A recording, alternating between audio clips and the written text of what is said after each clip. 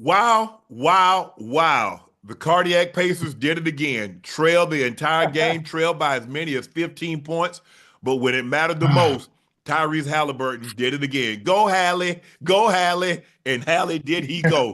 Thank you, ladies and gentlemen, for joining us for another episode of Nightcap. As you watch the Indiana Pacers and go on the road, and what they normally do is take game one. And they did it again. 111 to 110. I said it. They were down by as many as 15, but they do not give up. And I don't think they played really well except the fourth quarter. 12 gave up 12 steals in the first half, 19 turnovers in the first half, but they found a way to hang around and they won the ball game. I am your favorite uncle, Shannon Sharpe, my partner and co-host, Liberty City's own Bingo Ring of Fame honoree, Pro Bowler, All-Pro, Chad Ochocinco Johnson, and our special contributor who's been joining us throughout the NBA playoffs, the Arkansas Little Rock native, University of Arkansas alum, ISO Joe Johnson.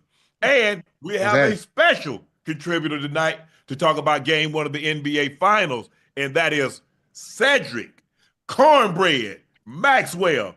Guys, let's get look here. You know what? Damn, I'm so excited about this game, but I gotta Ocho, I gotta go through the run now. Yeah. Please make sure you hit that subscribe button. Please make sure you hit the like button. And guys, go subscribe to the Nightcap podcast feed wherever you get your podcast from. We'd like to thank you, Ocho and myself, and the entire team at Nightcap for your support and your continued support. Because when we started this thing 2 years ago, we had no idea we would rise this fast. And it was all because of you. It's because of your ears, your eyes, and your word of mouth. So we greatly, greatly appreciate that from the bottom of our heart. And hopefully you'll continue to support us. Make sure you check out Shea by Laportier. We have it in stock. Now, if you can't find it in a city or state near you, best believe we're coming soon to a city or state near you. Order it online, and we'll ship it directly to your door. The best tasting VSOP cognac on the market. Don't take my word for it. Try it for yourself. You will not be disappointed. Please drink responsibly and stay safe. Make sure you follow my media company page, Shay Media. The link is in the chat. And my clothing company, the link is also pinned in the chat, but 84 is spelled out. Supplies are limited, and once they're gone, they're gone. So please grab yours while supplies last. Guys, let's get right into this game. I really did. I thought OKC had this thing in the bag because Indiana cut it, and then they extended by more than what the lead was before they dug into it. It was 9, and then next thing you know, they cut it down to 6, and now you're back up to 11. They cut it down again, and next thing you know, it's back up to 13. They cut it down again and get it back up to 15. I said, that's too much to overcome. Nothing is too much for these Pacers to overcome. They believe. I don't know what the outside world is thinking, but they have a never give up attitude. They do a great job. I've heard Rick Carlisle, on to the next play. When guys would turn the ball over, they would make a mistake, Cornbread. He's like, on to the next play. We good. On to the next one. On to the next one. On to the next one. Kept them with a positive attitude, and they go in there and they steal game one, steal home court advantage in game one. Joe, you watched this game, and like I said, I didn't feel like they played really well except the last quarter. They had, again, Ocho, we talked about it, 6 guys in double figures. A lot of teams, 19, 14, 16, almost had 7 guys in double figures, but they played 6 guys in double figures. Joe, how was Indiana, in this hostile of an environment, able to fall down by as many as 15 points, find a way to win this ball game? Man, they've done that all postseason. Guys, they've been relentless, they've been gritty, and they've been tough, even when they're down. You know, when the game started off, and I seen that Holmgren was starting at the 5 and Hartenstein wasn't starting, I was like, okay, maybe they don't want Holmgren playing against Pascal Siakam. That's a bad matchup for Holmgren. And you could tell Holmgren kind of struggled all night because of the fast pace that the Pacers play with, but the guard play was elite. I thought those dudes, they battled, they competed. And it was fun to watch, man. But I'm gonna be honest with y'all. I didn't see this. I thought OKC gonna take care of business. They had the lead pretty much the whole time. Cornbread, what happened, Joe? Man? You know that's what happened when you got the big balls at the end. You think about, and you know what, Shannon. Here's the thing: was crazy. Joe came on earlier. I thought he had played in the damn game. The look on his face. I was like Joe, you did not play, Joe. I understand the parlays and all that. But here's the thing that you have. you have a team that is relentless. You have a Rick Carlisle believes in the team. You have these guys believe in each other. And everybody says Naismith, all these other guys who come in and made plays over and over again. OKC, to me, this is what I said before this series. And I still feel that Indiana's going to win this series because I think championship experience. And I believe here's what I really believe. I believe that OKC hasn't been there before. So at the end of that game, a lot of those guys who were knocking down shots, Joe, they won't ISO no more. They weren't playing that way no more. At the end of the game, they got tight. And Ocho, you've seen it before. You've seen it before, Shannon. When guys get tight and the nuts get tight, you don't know what to do. If somebody would have told me, Ocho, I'm going to turn it over to you. If somebody would have told me that Indiana's going to turn the ball over 25 times, 25. The other team, OKC, is only going to turn it over 7 times, and they was going to win the game, I would have never believed that. I don't know the last time I've seen a team turn the ball over this. They had 19 turnovers in the first half. I'm like, bro, if y'all just and I was looking forward to come on and say, you know what, I think they got a chance to win if they can get 12 or fewer turnovers. So you cut your turnover in half. That gives you more opportunity to at least get the ball a shot up. Ocho, watching this ball game and Shea was doing this thing, like I said, he said the hell with efficiency from the very first playoff game because he got 36 points, but it took him 30 shots to get it. He's going to be ultra aggressive. What is it about what you saw from OKC? Because I'm sure you was thinking like, damn, OKC about to.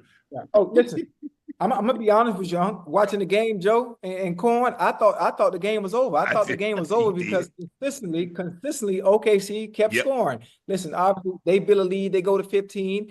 Goddamn, Indiana come back. Then they go on another stretch, they go on another run, they get another lead. Well, I say, well, goddamn. The Pacers keep turning the goddamn ball over. So at any point when they actually do have a chance to get back in the game, boom, the goddamn Thunder go on a run. So I'm thinking the game is over. So I'm sitting back, I'm relaxing. It gets to the fourth quarter. Okay, both ends of the court, both teams are doing well, and all of a sudden, the goddamn Thunder started missing shots. And then the goddamn Pacers started. Where was Chad Hungren? What was Chad Hungren in this game at the end?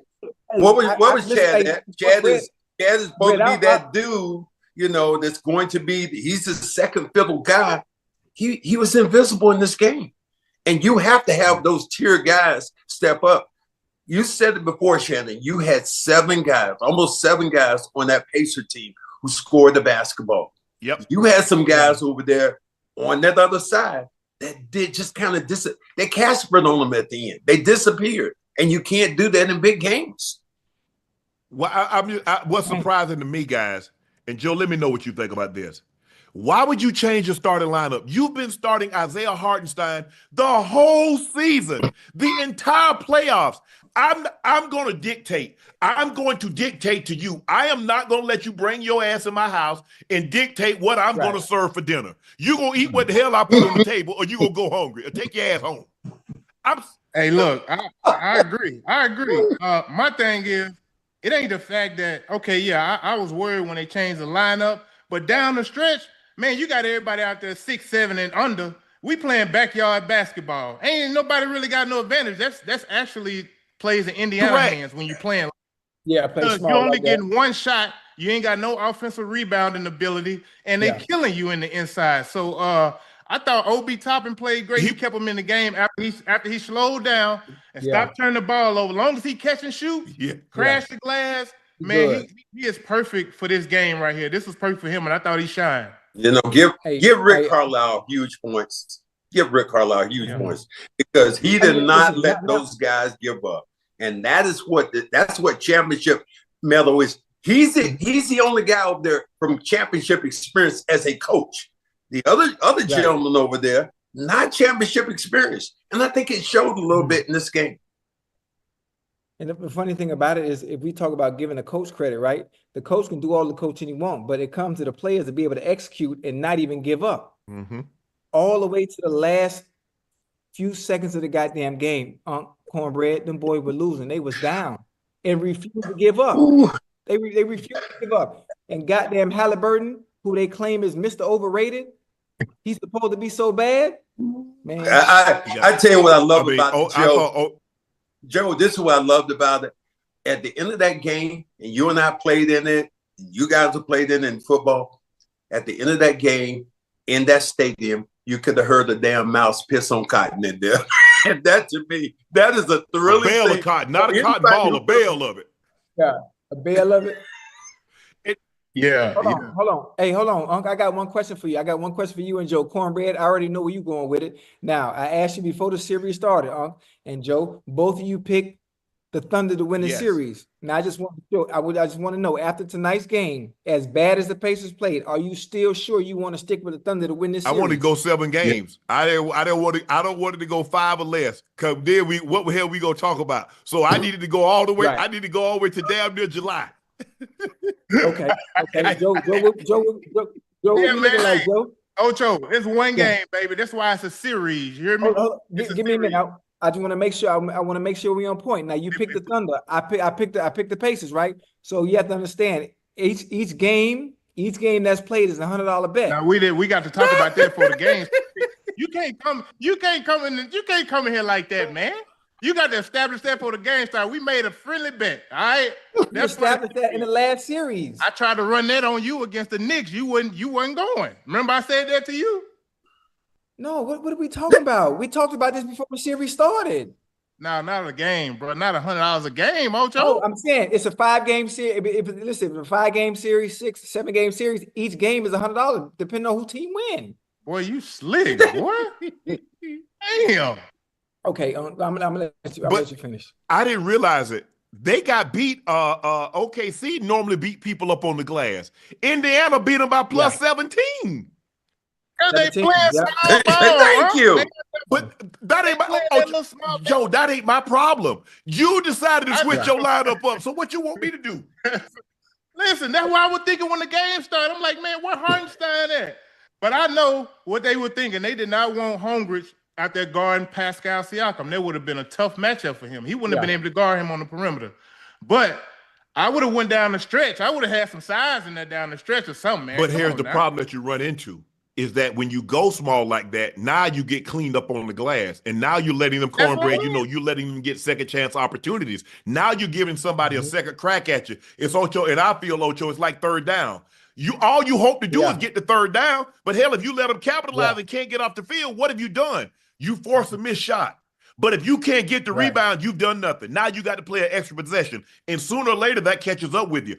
I was really surprised. And that's what Golden State was really good at. Golden State was good at forcing other teams to play that small ball. You remember when they had Iguodala and they were playing, basically Draymond at the 5, and everybody feel like, we got to play like that. But y'all don't play like that. They do.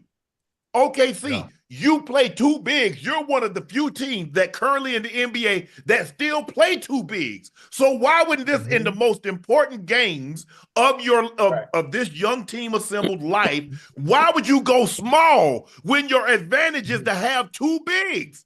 Sometimes you overthink it. That's what happens. You overthink the process. You got there with this one girl, and then all of a sudden you change. We're in the wrong place right now. We need to be outside in front of OKC right now with that alcohol you guys are selling. We made so much damn money because there's gonna be some people pissed off and they want to get drunk. Please. Hey, Bread, Joe and Unc. I got a question. Listen, y'all are basketball savants, in general. So let's say they change their lineup, right? You say they always went with their 2 bigs. What happened when you play against a team like the Indiana Pacers that run up and down the court in transition? Do you think they understand that those 2 bigs might be a liability, offensively and defensively, regardless of the boards? But let me ask you a question. I'll put it to you in football terms. Y'all played the Cincinnati Bengals play 3 wides. Y'all and your team, the team that good, really good. Are you gonna chase it? You know what? They got really good. So instead of playing 3 wides, we're gonna go 2 tights and 2 wides. No, I'm going to do what I did to get me there. So now if you're going to play that small-ass lineup, I'm going to punish your ass inside. I'm going to punish you on the glass. Because, see, they're used to playing Siakam and Miles Turner. You're not used to playing Wallace. Wallace doesn't start. Hartenstein, The two bigs, like I said, they're one of the few teams that still play old, like you guys used to play. Y'all had a true big and a true four. It wasn't no stretch, nothing. You stretched before you went to the game. That was the only stretch that was that was the only stretch that was going on, Cornbread. And so I'm surprised that OKC did this in this is the most important, this nucleus. And Dog Knots, this is the most important series of their career, and he switched it up, and I just don't know why. Well, I think that sometimes, again, you overthink the process. You do. And for me, I remember playing the Lakers.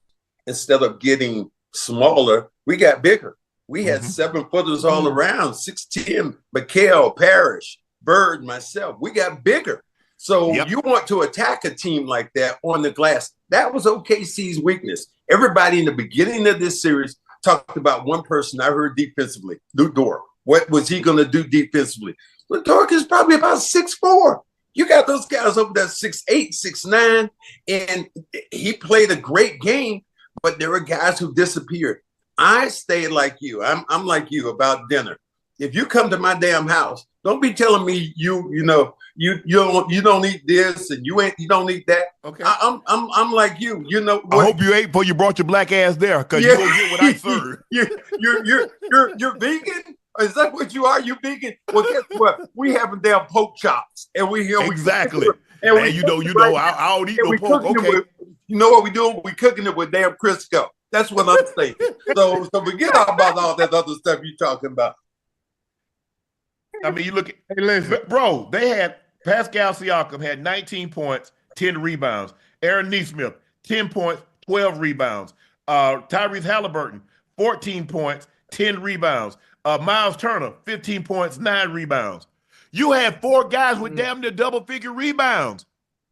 Well, give me Chad Huntsman then. What did Chad do? What did Chad give you tonight? Chad gave you 6 and 6 points. He's 2 for 9. 2 for 9. He gave you 6 points, 6 rebounds.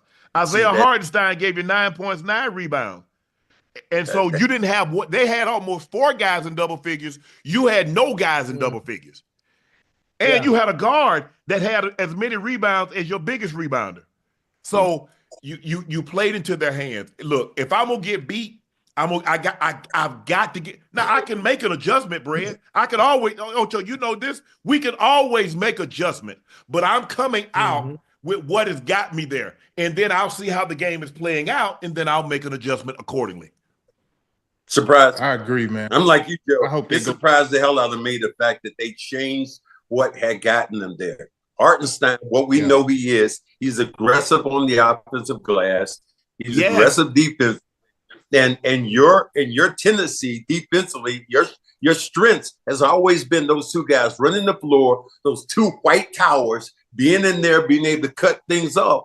You took one of the towers away, and Indiana feasted on the glass. And that's how, mind you, they stayed in this basketball game. And another thing, guys, right. Joe, no, I'm going to let you go, Joe. Another thing, that defense we talked about, they allowed Indiana to shoot 48% from the floor and 46% from the 3. And we talked about their defense. We talked about Lu Dort. We talked about Wallace. We talked about Caruso. We talked about Isaiah Joe. We talked about all these guys. Where was that defense? Because it doesn't mean anything. Your defense, your offense is only as good. What can I get done when I absolutely got to have it done, Brad?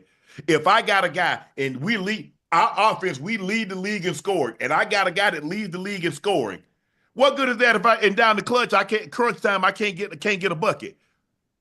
Right. So all this defense that they're the number 1 defensive team. They led in steals, they led in deflections, they led in field goal percentage. They are a very good team, but you needed that tonight, and you allowed a team to shoot 48% from the floor and 46% from the 3. That'll get you beat on most nights. But I'm surprised that the Pacers were able to stay around with 25 turnovers. Man, hey guys, I think, when they got down, they were down like 15. Yeah, they started playing that desperation basketball. They started playing that desperation basketball to where they started making threes. And, like when you down like that, you start to play a little loose because you're trying to get back in the game. And once they cut it to about 6, I was like, all right, All right. Now, hey, look, I was sitting here comfortable too. I'm ready to get on Nightcap talking a little trash. I say, man, no. I done tore the house up over here behind Man, that. I have never seen Joe Johnson, who is one of the coolest dudes around, come on before this game and look like trash. Joe, what the hell is going on? Joe is my dude. Hey, I'm going through Joe it is my dude. I'm like, Joe looked like he was frustrated. Looked like Joe had just ran off the damn court. I was like, Joe, you all right? Joe got some relatives. Hey, listen, he got some relatives that play with OKC. Man, listen, I got some Razorbacks over there, man. Hey, listen. Hey, look, when you watch the game, like, it's hard for me to just sit here and just really enjoy it because I be so immersed into the game. And I'm like, okay, OKC got control of this. And then Indiana just relentless, man, relentless. Look, Nimhard down the stretch, he was a go-to guy. He was a go-to guy. He the one that was making plays. You know what I thought? You know what? I thought OKC had it because Nesmith throw the ball and he goes up and he didn't go up as strong as he needed to be. And then all of a sudden, you could have taken the lead. Now all of a sudden, they cut back down the court and Shea gets a layup. And I'm like, bro, God dang. I say, man, I say they done lost the game now. Ocho, I can tell you what happened. I'm gonna tell you why Joe is feeling this way. It ain't the game. It's them damn dead presidents he's losing right now. No, them damn dead presidents. That parlay. That's what it is. Them Lincolns and Grants and whatever he's spending right now, them things walked away. That's why he's frustrated right now. Listen, long as I get my end, he owe me $100 now.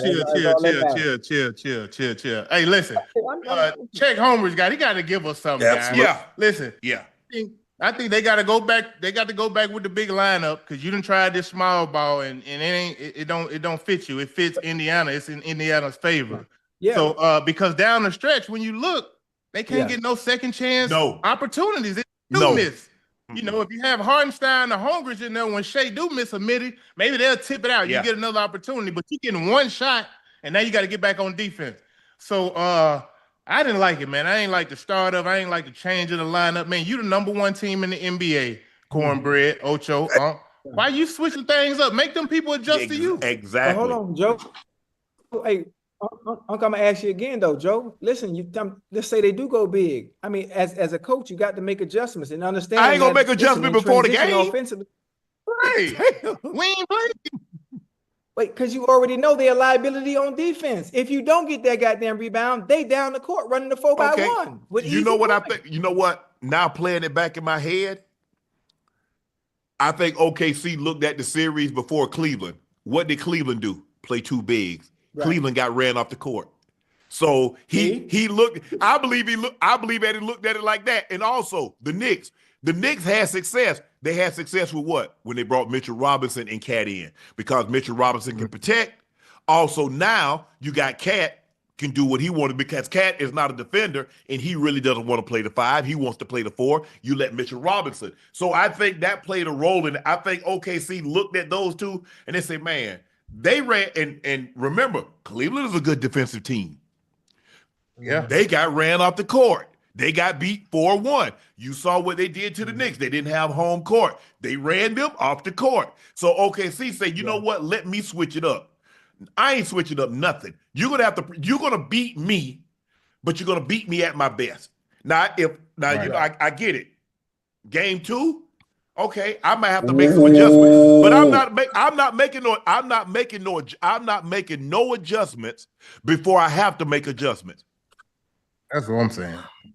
Come on now. Hey, Brad, I'm like, you know what? Hey, my car cranking just fine and everything's rolling good. Hey, man, change my transmission. I want you to change the battery.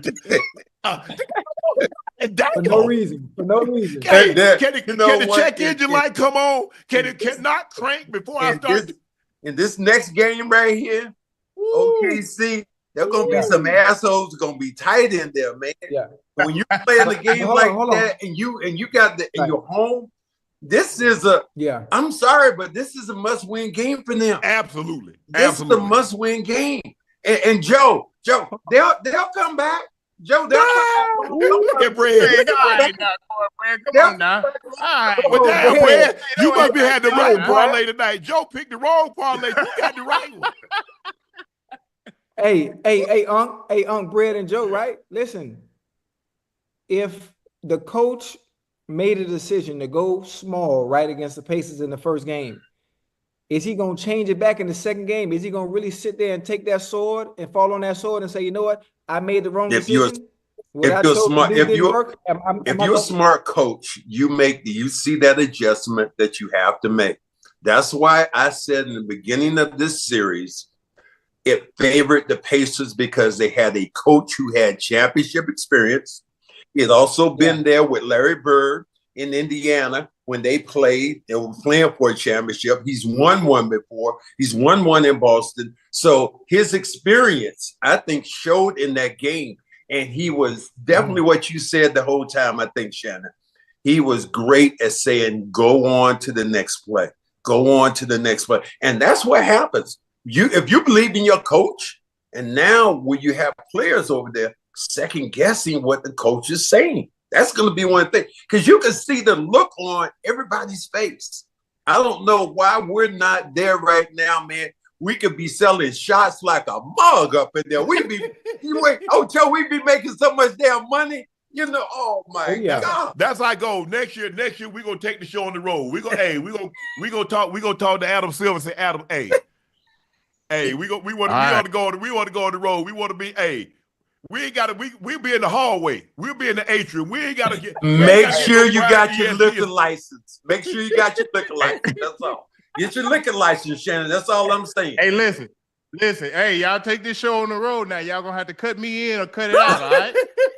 Yeah, y'all have to cut me in or cut it out. I'm telling you right now, cut me in or cut it out. Listen, man, I'm disappointed, man. Yeah, don't worry about it. That's Ocho. You need my cash out? I give you a prime example. The Super Bowl. Yeah, talk to me. What did the Eagles defense do all year? They played cover two.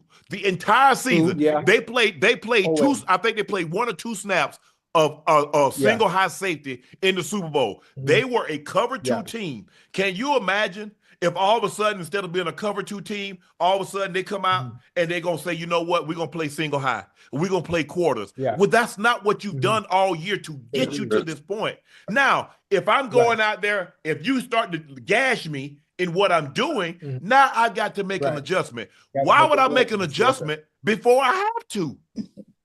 Right.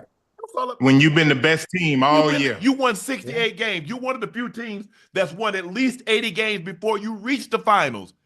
And then all of a sudden you let this team, and granted, Indy has played well. I think all four of us can agree Indy has played well. I think they've been the biggest surprise in the NBA playoff this year. They beat a 64-win team. No doubt. They've been the underdog. They beat the Bucks. They beat Cleveland. They beat the Knicks. They've been the underdog. You know what? If they were to pull this off, in the last 30 years, this might be the biggest upset. This might be considering. This might be Detroit, LA beating LA in 2003. This might be the Mavericks beating the Heat in 2011. Because think about what the gauntlet that they've gone through. They've been the underdog in the first round, in the second round, the third round, and the finals. And they're going up against the MVP of the league. And the best offense, the best defense. But Shannon, be truthful about this thing. The Pacers have played better than anybody in the playoffs. They've outplayed everybody, and that includes OKC. OKC played, they've been okay. In some games they've struggled, but the Pacers have been the best playing team during this NBA finals, during this whole NBA playoff. They've been the best team. So it shouldn't surprise us. And at the end of the game, for them to make that shot, oh my God! Hallie, I could feel the things you were talking about. I could feel Joe. I could feel Joe's pain when he came on. I could feel Ocho's pride when he was sitting there. And then, and my parlay, baby, was on there. Hey, Cornbread. Oh, you gotta chill. Hey, you gotta chill, bro. Because think about it. Look at Joe. If you guys, we think about, look who they beat. They beat first team unanimous All NBA selection Giannis. They beat Defensive Player of the Year Evan Mobley. They beat he was a first team All NBA Donovan Mitchell. They beat third team Jalen Brunson with an All NBA selection. I mean, so look now you got Shea unanimous MVP, Jalen Williams third team. Dort, I think Dort was on the all defensive team. Tell me, Shannon, you're saying that. Tell me the player in Indiana that we're saying is the all-star player. Nobody. Hey, I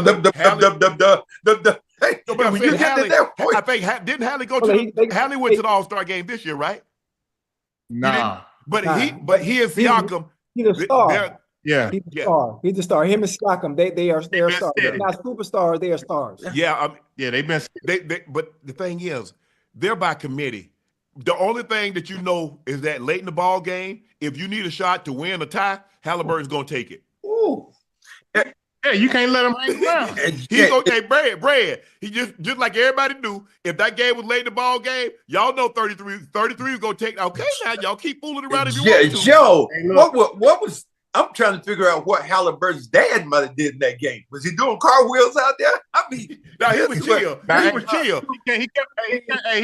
He on probation. Yo, I don't even know. I mean, if that's my son out there, I'm doing a cartwheel out there in the middle of the floor. I'm like, don't do that. No. That got you put in jail. They gonna revoke your parole. Look, I'm telling you what. The way that game played out is I'm just like all you guys right now looking at it. In the beginning of this game, everybody had Indiana not playing. And then the turnovers, like you said, Joe, I kept doing like this. I'm like, damn, another turnover? How many times Obi Toppin gonna throw the ball back court? Blown out. I thought they were blown out. And then all of a sudden, they reel them back in. Joe, you've been there before. Ocho, you've been there before. Shannon, I know you've been there before. Out there, what they call get your fishing pole out there. And you reel that sucker and you reel him in. You hook him and then you pull him back in. He might go a little bit further, but you got him on that line. You got that thing in his mouth like a hook like that. He ain't going no place. He going no place. He's standing. Ocho don't know about fishing though. Brad, you got to stop talking. Ocho don't know about setting no hook. He don't know nothing about no short fishing. He don't know about no flathead. He don't know about no butter cat, no channel cat, no speckled cat. He don't know nothing about that. He don't know nothing about He don't know about no crappie, no white perch. No. Hold on. Listen, he talk about fishing, right? You talk about actual fishing now. Now there's other perspectives in a different context that I can talk about and use the same thing y'all talk about when they go to fish. Yeah. I still know how to catch. Don't do that. We on probation. I know how to catch now. We on probation, Ocho. We on probation. Okay. Oh, we can't get too soon. Too soon. Okay. My bad. Oh, I know how to fish. Yeah. You know you get them. You can hunt too. You can hunt too, Ocho. Like that. You can hunt. You good hunter. I know. Oh, I'm a hunter now. I know my baby watching. Hey, two-leg hunter. But that's okay. We're gonna talk about that. We'll talk about that next about 3-4 months. We'll talk about that deal. It's too soon. My bad. My apology. My apology. But you got sick. But think about it. When the Pacers win ball games, look at the stat line. Look how many guys they have in double figures. They're gonna have at least at bare minimum 5. Sometimes they get 6. Even last game they had 7 guys in double figures. And those guys, and that's hard to plan for because you're like, okay, we're gonna key on Jalen Williams and we're gonna key on Shea. If somebody else goes haywire and gives us 25, 30, we can live with that. Mm-hmm. Yeah. All the Pacers gonna do is have a bunch of 19, 17, 14, 13, 15, 16. You'll have 2 9s and an 8. Joe, did you happen to see that play kind of at the end of the game? When I thought it was Shea got fouled, and he pushed the opposition away.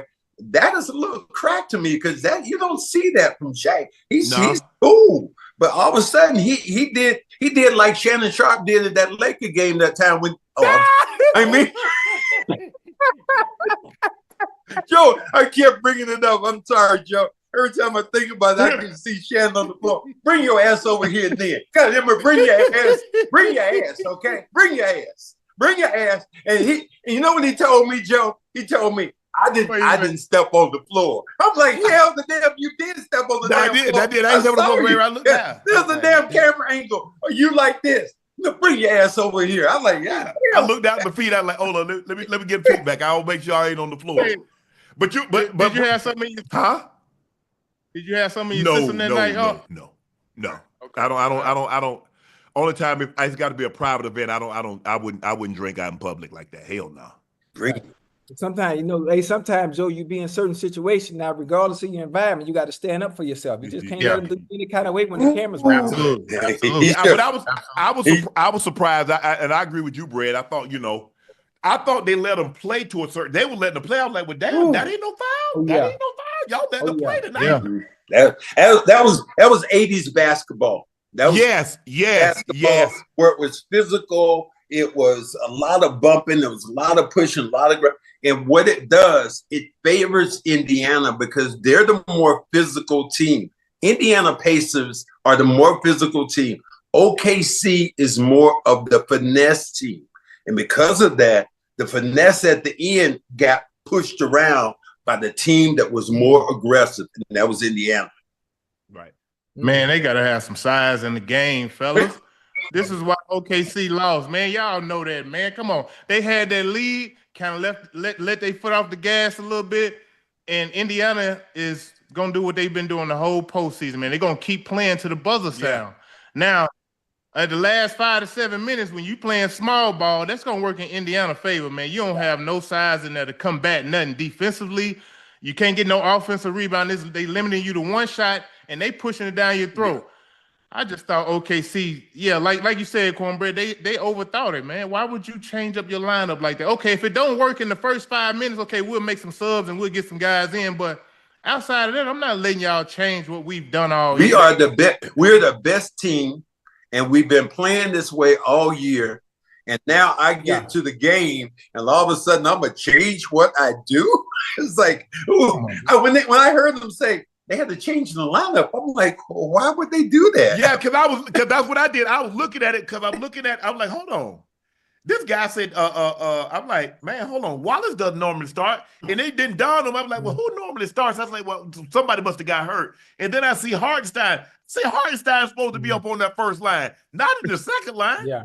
Because what happens, like you said, guys, if you notice Indiana, okay, they start to make a comeback. Now they miss a shot. Guess what they can do? Get another opportunity.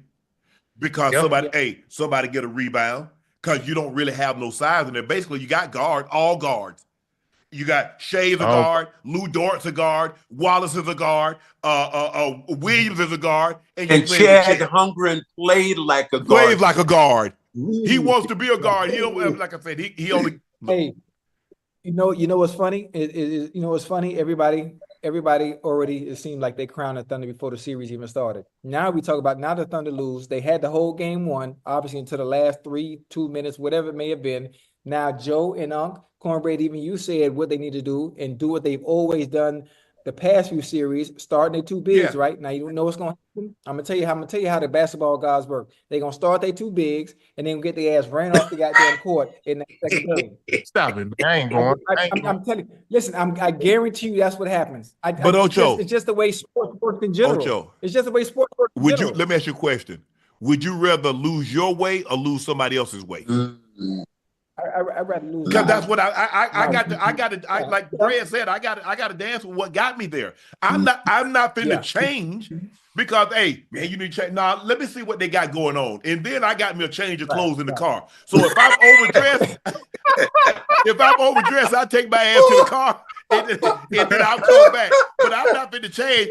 Hey, man, you going to be overdressed. And then I walk up in there with blue jeans on. Here's a black tie affair. Nah, I'm going to bring me a change of clothes.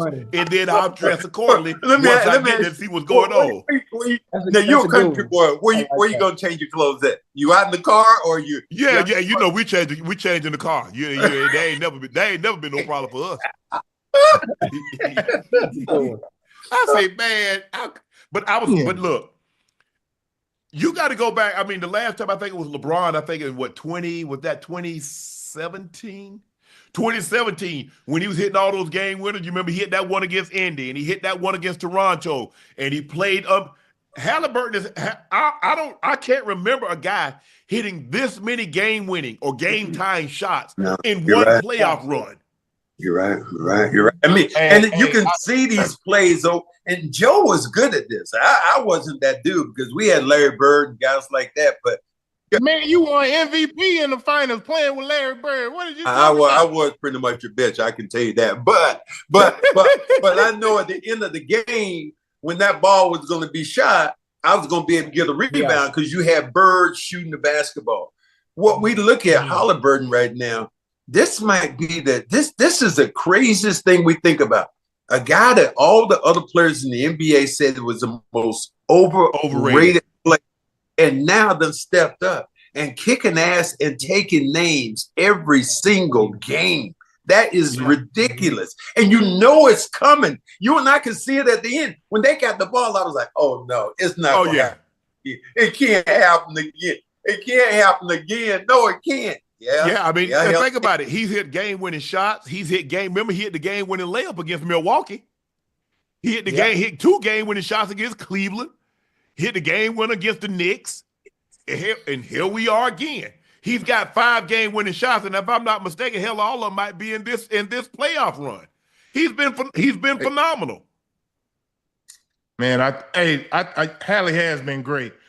Early in the game for me, though, guys. He's not aggressive enough. It's like he's so passive and he let everybody else kind of make plays. But let him hang around and he get him a chance in that fourth quarter. He gonna come alive. Obi Toppin was key though. Obi Toppin was key tonight. Let me ask you this. How many times have you seen that from the great Michael Jordan? Games where he just coast along, get other people involved, and then at the end of the game, you know who the assassin's going to be. And because he got other people involved in the game, now you can't run away from the Nimhards. You can't run away from all these guys. Mount Turner hit a huge 3. Everybody started hitting shots because now he had them involved. They were confident. And you could see the wind just being taken out of the sails of what was going on in OKC. It was just, for me, this is, Joe, I'm like you about this, and I'm sure you guys are like this in football. My best thing I used to love, Ocho, was I used to love when I went to somebody else's arena and I saw damn kids start crying when they would leave the game. I love that. I love that. It's like they took home, they lost. I mean, like that was my pet peeve. I loved it. And you look at late in that ball game, Nimhard was going one-on-one. So give me the ball. Give me the ball. Yeah. Hey, you know, he going at. You know what? He played with Shea, so he comfortable playing against Shea. You know, they played on the same national team, so it ain't like, you know, this ain't foreign to him. He like, oh yeah, I got this, because his confidence was oozing out of him late in the game. Ocho, that boy was getting to it. You hear me? And it's like they was breaking down the defense so much that they were getting wide open jumpers. I'm like, man, what is OKC doing? Joe, how much that parlay was tonight? Not that you're gonna get it, but I'm just saying, how much would you have gotten? I would have got 12 bands, man. Somebody get Joe some damn Alka-Seltzer, because his damn stuff. There's something running down after that shot that Halliburton. It had to be some brown stuff running down his leg. Hold on, Joe. Joe, you was gonna lose because they was favored. You didn't cover the spread. Man, I wasn't talking about no spread, Unc. I had a couple players who were gonna do what they was doing, and I was finna win. You hear me? Hey, 12,000. Yeah, man, for a little of nothing too, Ocho. I ain't bet but a little of nothing. Guess what? And you got a little of nothing, so it's even. That would have been nice, boy. That would have been nice. You talking about for me? You talking about for me? We could have split that. No. Hey, check this out, guys.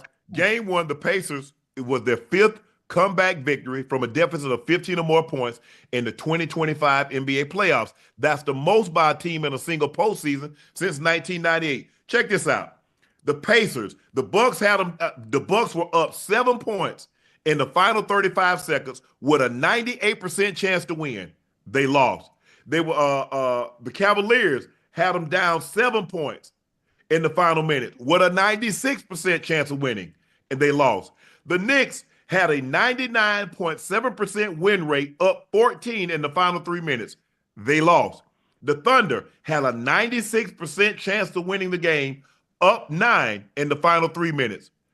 The Pacers won all 4. You Since know what? 1998, only 4 teams have won a playoff game despite leading for the 30 seconds or less. In 1999, the Spurs, Game 2, Western Conference Finals, they only led 10 seconds. The Mavs, 2001, Game 5 in the first round, 30 seconds. Lakers, Game 4, West Finals, 2002, 13 seconds. Take them numbers. Take them numbers you just got. Take it to the nearest bathroom and go flush it down the damn toilet. That's what you do with them there. That's what I hate about all these guys right now with all the stats, Joe, that we look at, Ocho, when people start getting to a game is about heart at the end of the game. Football, baseball, whatever it is. All the analytics that we want to go down, all these numbers you give, Shannon, when you're saying 98%, this, that, and the other. 98. You got to have a set of balls at the end. And that's what wins games. I don't care who you are. I've seen ISO Joe. I saw Joe put down Paul Pierce with a hesitating dribble. You remember that play? He was trying to steal the ball from you, Joe, and you rocked it to his knee. I was like, God damn, Paul. And I was like, Paul is my boy. Joe after hit the with game, that. I'm like, God damn, Paul. I said, damn. I said, and here's the worst thing about it, Shannon. That game was in Boston. And when Paul went down and didn't get the ball, the crowd, yes, exactly. Hey, look, hey, Bread. You know, Boston drafted me, man. I love coming back there, silent crowd. It was nothing better than that. It was nothing better than that. The Pacers led for a grand total of 0.3 seconds. Check this out, Cornbread. You're going to love this stat. NBA teams were 0-121 when down by 7 or more points in the final 3 minutes of regulation in the NBA Finals over the last 28 postseasons. Wow. 0 for 121. Wow. What does that do right now? I know. Oh, and they got it's 1 for 121. And the other's up one game. And now all the pressure is on the young basketball team. Now, can they come back? They got a possibility because, I don't think I've seen anybody. Joe, you were ISO one-on-one. But this damn Shea is different. Oh, man. Damn, let's use the word we like to use. He's a bitch. That's how we would say if I was playing against them, we'd be on the bench. That dude's a bitch, man. He's a bitch. Hey, them boys out there playing though. I'm talking about both teams guard wise. They playing great defense. It's physical. I love to see it, man. The competition level is at an all-time high. But man, OKC can't play that small ball against Indiana. I'm sorry, guys. They gotta get back to the drawing board. Honestly, if you think about it and you look at the way things have played out, not only during the regular season, you look at the way things have played out during the playoffs. The analytics, the stats, the numbers, everything you've written down, the way the game played tonight, do you not see how the basketball gods have this thing lined up for the Pacers to win? Can you not see it? Hey. You can see it. Like, it's playing itself out in real time, and a lot of people aren't paying attention to it because they're not looking at the past. They just listen. It's right there for you. So if you're a gambling man, if you're a gambling woman, if you play in that world of parlays and all that stuff, bet your money with the Pacers. I don't do it, but I'm just telling you, Joe. That's why you lost tonight. Man, chill. They gonna bounce back. They gotta bounce back. They don't have a choice. Nah. Pascal Siakam in Game 1, 19 points, 10 rebounds, joins Dale Davis as the only Pacers with a 15-10 game in the finals. Obi Toppin, Game 1, 17 points, 5 rebounds, 5 made three-pointers. Only Reggie Miller has more three-point made in a game in franchise finals history. Despite the loss, Shea dropped off almost a 40-piece. He had 38 points, 5 rebounds, 3 steals. That is the most points in a finals debut since AI had 48 in Game 1 in the 2001 finals against the Lakers. He didn't really get no help though, honestly. Shea, after game one loss, he said it's a 48-minute game. The Pacers teach you that lesson more than anyone else in the league the hard way. He's absolutely right. Yeah, he is. He's right. They gonna make you pay for the mistakes. And once you get comfortable and you think it's over, they're going to be steady fighting and swinging, and they're going to catch it. And it's going to be night-night. It's hard, Brad, it's hard to reverse that momentum. You let a team get momentum, they see a couple go in, and then you miss a couple. Now you start, man, I don't want to shoot this. Let somebody else shoot. Hey, you take it. I want it. And then all of a sudden, and you're like, damn, he hit another one. When did Nimhard turn into Kobe Bryant? Rest Kobe soul. Man, when did Obi Toppin turn into Steph Curry? Well, you know what happens? That is confidence from the coach.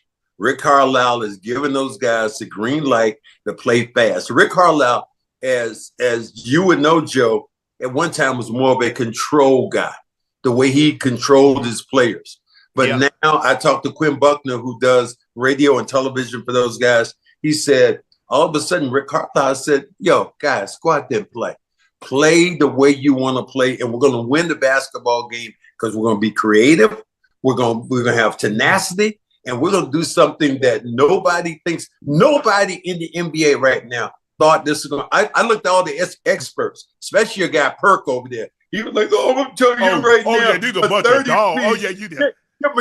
Somebody get mature shoes and my Escalade, and this is what I'm gonna do. This is because this is what's gonna happen. Dude, you got to play the game. You can't talk about it. You got to play the game. Hey, Joe, think about what you just said too earlier, not too long ago, right? About Halliburton not being aggressive at the beginning of the game, being very passive. But look at the method to his madness, right? He's being passive, allowing everybody else to get themselves in a rhythm, allowing everybody else to gain that confidence as the game goes on. Then look at the shots they hit later on in the game. Shots that count at the most opportune times where it matters most. And then what does Hallie do? I'm not saying he has that Mamba mentality. I'm just saying he's acting Mamba-like. And he's been doing it all playoff. All playoff long. Yes. Hey, the chat is asking, they want to know, Cornbread Joe, who the real 31? The real 31 right here. Damn, Brad. Joe, the real 31 is retired up in the Boston Garden. And that was that's my number 2. I know who you are, Joe. I believe in you. But between you and I right now, there's only been 33 guys in the history of the NBA been the Finals MVP. And damn it, I'm one of them. Yeah, you're right. You're right. I give you. You were ISO Joe. Hey, look. But the one thing you could have done was at least put my initials in the jersey or something while hanging up there. You could have done something for you, bro. Come on now. Joe, you and I went up together, baby. We went up together. Don't you worry about it. We went up together. When I pulled it up, I was like, Joe Johnson, that's me and him going up together. Hey, because when I see it in the Raptors, I show my kids. I'm like, yeah, that's my number. Daddy right there. That's daddy right there. Hey. Man, Brad, I ain't gonna lie, man. In 81, when y'all came back on the Sixers from that 3-1 deficit, that was sick. What is sick about that, man? That was as I still haven't forgiven Daryl Dawkins and Caldwell Jones for that bullshit they pulled. What the hell? It was one of the toughest series I'd ever played in. And Shannon, I know you always talk about Joe and Ocho. You guys always talk about what you do and where you've been. Yeah. But if you've ever been ISO on one-on-one with Dr. J on the right-hand side of the lane, and you see 18,000 people start to stand up, all you stand is something bad about to happen. So I've been in them pressure situations. I know what it's like. But playing the Sixers and playing during those times during the 80s and watching Joe play and the NBA now today, it's changed from where I thought it was. But tonight's game was more about the 80s. This was physical. This was tough. Yeah. I'm knocking you around. This is what I loved about the game. Yeah. And it seems like it always reverts back to that at the end of the day. The game reverts back to the physical play of the teams. I think that and Brad also go ahead, Ocho. Hey, also it's a testament to the refs too. Somebody has to allow them boys to play. I'm not sure if they got the refs telling the ref, listen, let them boys play. Obviously, in this series, don't interfere in the game. Mm-hmm. Don't interfere in the game unless it's an absolute foul and it just has to be called. Let it be physical. Yeah, if you don't see no blood, ain't nothing happened. That was during the 80s, and I saw that with Magic. I saw that with Worthy. During the 80s, that's when they had they put in the flagrant foul because of the Lakers Celtics series. When bull Shannon, man, what you call him, did that bull job with Kurt with when Kevin McHale snatched Kurt Rabbit's ass out the sky. That was you suspended for the rest of the season with them type of fouls nowadays. The way Lambeer, wild. You remember when Lambeer came down on Bird? Yeah. Yep. You remember when Parrish punched him about 3 or 4 times in the face?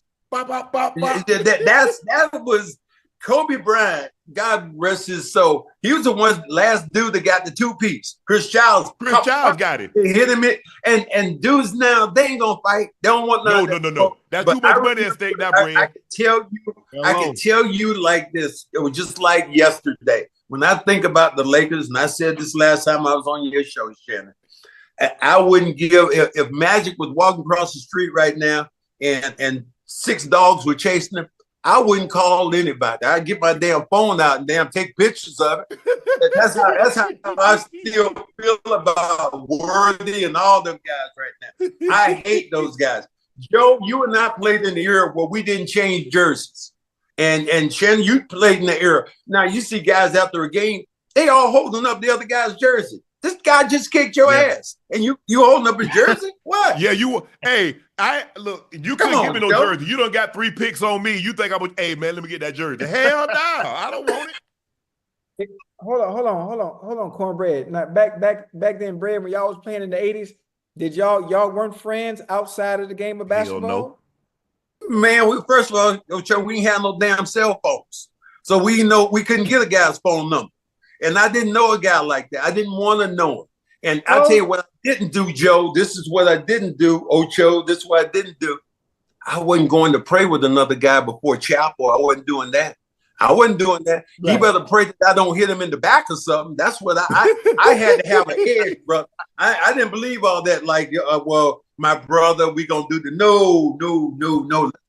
And that's why I respect what Draymond Green does from time to time. He crosses the line, and he got mad with me during the series where they played the Celtics when he kicked Jaylen Brown in the head. And I just happened to tell him, I said it on the air. I said, if he had been during the 80s and that would have happened, somebody would have fired his ass up.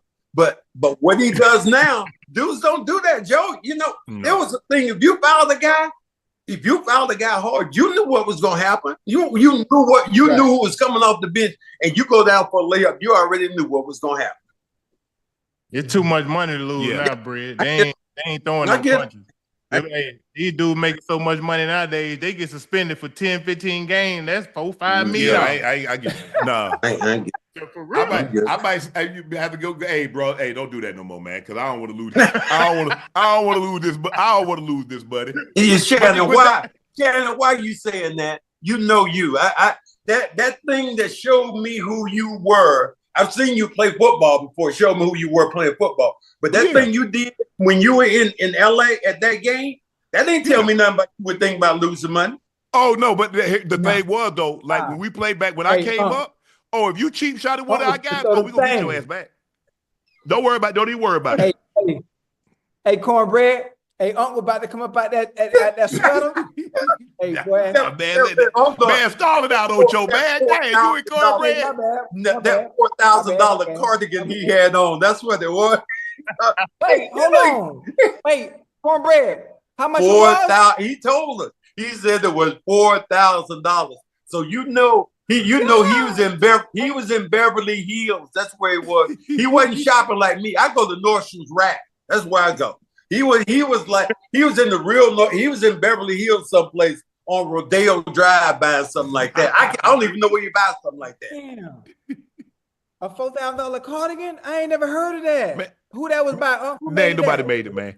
Hey, check this out. Let me know what y'all think about this. Brad and Joe.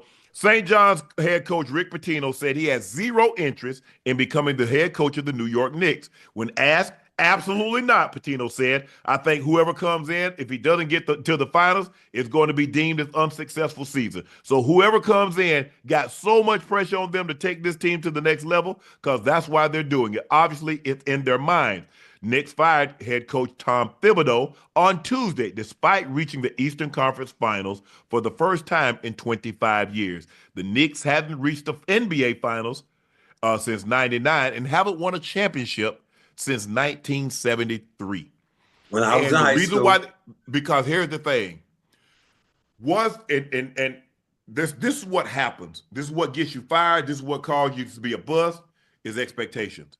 You see, once the Knicks knocked off the Celtics, Brad, everybody said, "Oh, they going to the finals. Man, they better than the Pacers. They going to the finals. Woo, we going to the finals." They started coming out with all these stats. Every home game, the New York economy make $91 million. They can make $500 million if they go all the way to the NBA finals and play a game 7. So now Tom Thibodeau had unrealistic expectations. Because let me ask you a question. Would you have fired him if he had lost to the Celtics? Wow. You beat Detroit, but you lose to the Celtics. Would you have fired him? But see, once you beat the Celtics. I think that was already in the works with Tom Thibodeau, because a lot of people were complaining about the players and the minutes that he had. So I think that people were on top of that. So I think they got mad about that. I thought he did a great job, especially and even in this last game. But the expectation, the guy you're going to see is Michael Malone. Is going to be the next head coach of the New York Knicks. And the reason I'm saying that, because he comes right now from where he's going to be in Denver. He lost that job. He won a championship. He's connected right now with the people right now who are in the front office. That is the guy I think that they're going to pick for their next coach. And the thing about it, you have to be able to also deal with the media. What we know about him, he's always been, he's been, and he's great dealing with the media. So it's a job. So, and you were saying about Rick Pitino, saying he had no interest. Don't worry. They had no interest. Well, damn, that's how you feel about Rick Pitino. Don't worry about it. They have no interest in him either. What? So they ain't got no interest in Rick Pitino coming down. No. So you got Mike Malone replacing Thibodeau. Who you got replacing him, Joe? Because you still got Budenholzer out there. You got Frank Vogel out there. Johnny Brown. Mike Brown is out there. Hell, they need to give Sam Cassell a chance. You know what? That's a name I've been hearing a lot too, guys. Sam, I think Cassell, it's probably his time to, get him a head coaching job. But I don't think they're gonna give it to a first-time guy to the Knicks because the expectations are too high. Yeah. Hey, listen, remember night before last, I said Mike Malone. Yeah. I said Mike Brown. I also said Mark Jackson, but obviously, my candidate to be the Knicks head coach was Mike Malone. And I said, one of the first things I said, Cornbread, it got to be somebody that's able to be media savvy, that can deal with that New York media and them New York fans, because they don't play no games. Man. Yeah, I think that, and I talked to Sam Cassell, because he's assistant coach right now with the Celtics. I would love for him to get a job like that. But in that particular market, right now, they're looking for a marquee name. Yeah. And Sam's name isn't a marquee name because he hasn't been a head coach before. You're not coming in there with a somebody who is unproven in the New York Knicks. You can't do that following, those animals and those. Yeah, I tried to tell that to all the Knicks fans over there. Shannon, I told them. I said, act like you've been there before. Act like you've been there before. And then I said, oh, damn it, you ain't been there before. And Spike Lee and all them dudes over there, all them players over there. Joe, this is what I loved about it. John Starks looked like he was damn playing in the game. Get your ass off the damn court. Get your ass off the court. Hey, they had a whole Knicks alumni. Yeah, they had Allen Houston. They have a Grandmama. They have Starks. They have Street. Hey, they brought him out. Listen, y'all know, but y'all do know if they would have made the finals, boy, it would have been, it would have been another level. It's something about with the Knicks or the Lakers. Because man, come on, man, they be doing too much. They be doing too much. All right, guys. I really think Shaq just gave his updated list on the top 10 players of all time. He got Michael Jordan at 1, Kobe at 2, LeBron at 3, Magic at 4, Russell at 5, Chamberlain at 6, Bird at 7, Dream at 8, Duncan at 9, Dr. J at 10. You like the list, Brad? You dislike the list, or you want to move somebody around? Did you say Bird? He had Bird at 7. I don't think. Yeah, at 7. Yeah, Bird is 7. He said Bird. Yep. He didn't put. I tell you what, right? I tell you, how do you get away from? You say you got Tim Duncan in it, don't you? You got Tim Duncan at 9. Yeah. 9. Man, well, he got a pretty good list. So you're saying Shaq took himself out of this? Well, he's not on it, so he got Dr. J at 10. What? Shaq always been saying, "I'm the beast. I'm more of a beast than anybody else." I like Shaq is probably like that stretch that Shaq had from like 2000 to 2002, 2003. That was like Wilt Chamberlain for 10 years. You're never gonna see that again. Ain't nobody, because there is not gonna be somebody that big, that agile, that can run like Shaq. Yeah. People don't realize how athletic and gifted and mobile, nimble Shaq was. See, they look at Shaq now and they see how he moved. He had his hip replaced, and he's probably 350. He say he dropped weight. At one point he was 400, and he dropped down. He lost like 50 pounds. So they're looking at this Shaq now. But when Shaq got to the league, and when Shaq was, he was a problem. He was a problem for everybody except the one guy that I think, to me, my best player I always talk about, I think should be Akeem Olajuwon. And and then this is why I say the Dream to me is the best, because he controlled the game better than anybody on both ends of the floor. Jordan controlled his man, but Akeem could shut down that side defensively, and he could kill you on the offensive end. Yeah. There's nobody's been like him since playing the game. I love all those other names you said, Kareem, all these guys, Russell, man. But damn, hold on. Now that you mentioned that, he ain't got Kareem on there. What? Yeah, now that you mentioned, I'm looking at the list. Who are you taking off? Whoa. Taking off? I gotta put my glasses on like Ocho now. Oh, hell no. No, you ain't got Kareem up there, the captain? Who you gonna take off, Brad? I love Dr. J. Dr. J got it started for us, because we grew up in there with him. I love Dr. J, but Dr. J is not on my list if Kareem's not up there. No, Kareem gotta be on that list. Kareem got to be on that list, man. Brad, people don't. Damn, Dr. J, hold up. Dr. J made the game sexy before MJ did. Yeah, he did. But Kareem, you look at his numbers and what he did, college, pros. I mean, this man is he's a walking encyclopedia when you think about playing in the NBA. So I love Doc. Doc won 1 championship.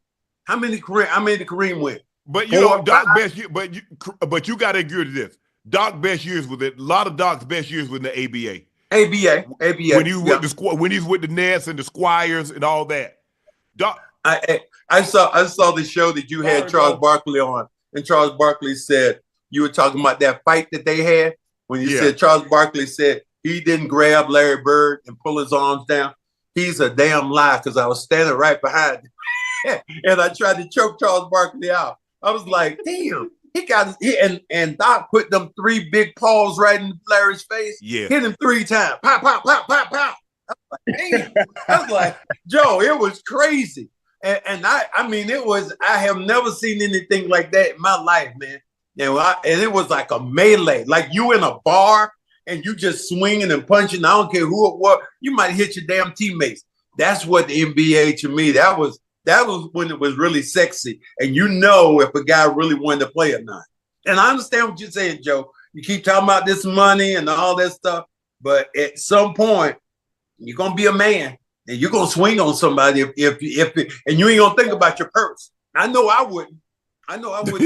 Right. Hey, you seen what's my boy name play for Cleveland, Hunter? You seen how he went at Mathurin when they played him? How he knocked him down? Yeah. He showed it. Hey, enough is enough. Yeah. I think the 2 guys that don't get the credit or the respect they deserve is Kareem and Tim Duncan. Yeah. People don't realize how good Tim Duncan was. Yeah. Man, tell me about it. They don't. Yeah. And they don't. See, people just look at Kareem, and I think you came on the later years, and it had, like, by the time he got to like 85, It was truly Magic's team. It was Magic's team before that, but it was really, really Magic's team. But you go back and look at Kareem's them 6 years that he stayed with. He was with Milwaukee. Brad, you better tell him. Ooh, man, that dude right there was unbelievable. And that's the one shot we look at Ocho and Joe and Shannon, the sky hook. Ain't nothing ever been like that. Nobody's ever had the automatic thing where you talk about that sky hook, and it was money. It was, I don't care what you did, you knew it was coming, but that damn it, you couldn't stop it. And he was gonna score on that box regardless. And the big fella, he was the reason why I was in college. I wore number 33 because he was my favorite player until he elbowed me one time, Joe, for no damn reason. I was like, damn, it didn't hurt me. It didn't hurt me, Shannon, but it hurt my damn feelings. I can tell you that. That's all I'll say. And my favorite player elbowed me for no reason. But you know, Kareem had a mean streak. Ask Kurt Benson. Yeah. Ask Kurt Benson. Ask Benson about. But Benson punched him though. Elbowed him in the stomach. Elbowed his solar plexus. He elbowed him in the Kim Benson. He came up and yeah, Shannon, you would have loved it back then. Because wasn't all that whooping when you were standing there, you talked to somebody. If you told somebody to come on, they were coming. They were coming. And wasn't nobody stepping between you. Okay, let's go. So you got Michael, Kobe, LeBron, Magic, Russell, Wilt, Bird, Hakeem, Duncan, Dr. J. No, I got to go. I got to have Kareem in. I'm sorry. And Joe, I know you think it's sexy with them big hands, but I had to guard his ass. So I ain't going with that bullshit you talk about right now. I had to guard. So I'm going with Kareem, that sky hook, the unbelievable shot. He was the captain. He's the damn captain, man. He scored more points than anybody until LeBron passed him. He was just that good. But you know what? But you know what it is? And that, looking at it and looking at people talk about best this and best that, the bigs really never get the credit because they need a small guy to get them the ball. Russell didn't get the credit he deserves. Wilt didn't get the credit he deserves. Kareem didn't get the credit he deserves. None of the they don't give bigs credit like they do guards. That's right. Well, they gave a little bit up to Russell though, because the number of rings he won. Russell might have been the one that you looked at and going, he was so great on the defensive end. But Russell also was surrounded by some great scores. He had also great scores. But here's the thing, though. Most great players don't have, in their prime, have other players on their team winning MVP. Tom Heinsohn beat Russell out for Rookie of the Year, if I'm not mistaken, Cornbread. I don't think he did. I think Tom came after him.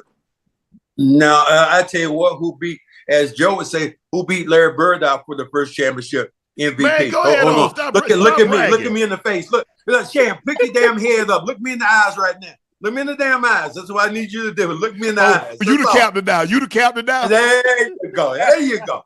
I was a damn big dog. Hey, Cornbread, you was out there getting to it. What was going on in that series? They were doubling Bird, and you were getting to it, or they just couldn't guard? There was a problem, Joe. First, I had Billy Pulse on me. Then they put Moses Malone on me. They put a bunch of guys on me, but wasn't nobody stopping me. Nah, it was my time. They had a Moses Malone. I think Robert Reed was on that team. They tried Robert Reed to cover you. No, Robert Reed was guarding Larry Bird. Here's the thing that you wouldn't know, Joe. Joe, I got a good one for you. This is a trivial question, Joe. How many points? Now, Kevin McHale was on that team. How many points you think Kevin McHale averaged during the NBA Finals versus the Houston Rockets in 1981? Shit, Kevin McHale, I say 10. Probably. No, I'm gonna say about 20. 4. 24. 4 points, Joe. 4 points. 4 points. 4 points. Go back and get this. 4 points. You want to go look at stuff. 4 points during that. What happened? As great as he was, it wasn't his time yet. So you look at those things and you're going, okay, as great as he was, it wasn't his time. He's y'all one of the nice greatest team though, Brad. Yeah, I mean, because yeah, you point guard. I mean, Tiny Archibald was your point guard back then. Tiny, it was yes, you, yes, Tiny, McHale, yes. Parrish, Bird. Yep. ML Carr. Yeah, we had a stick, and we had some guys with some big balls over there during that particular time. I loved it because I know all these Laker haters. They're gonna be, texting you and all this stuff. No, but I want to text you because, what happened? Dude, when I tell you I was a historian of the game, here's the thing. Heinsohn played at the NBA All-Star game and was named NBA Rookie of the Year over teammate. Who is his teammate, Brad? Wow. See, that when people started to argue with me, Ocho, and talk about, you don't know what you're talking about. I thought he was in the league before time. I just said, didn't I just tell you he was rookie of the year? Didn't I tell you rookie of the year over what you call him? Russell. I thought Russell was.